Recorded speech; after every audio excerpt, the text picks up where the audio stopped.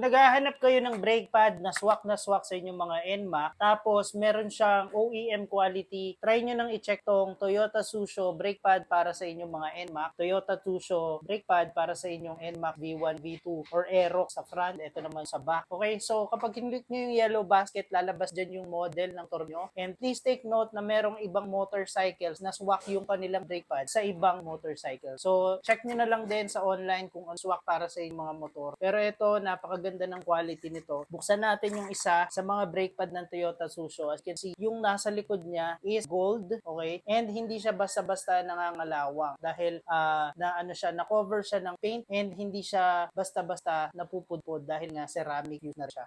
Yun yung maganda sa mga brake pad dahil kapag ceramic infused siya, matagal siyang mapudpod, tapos mas malakas yung kanyang stop power. So, click nyo na lang yung yellow basket guys kung kailangan ng ganitong magandang classic brake pad. Let's go.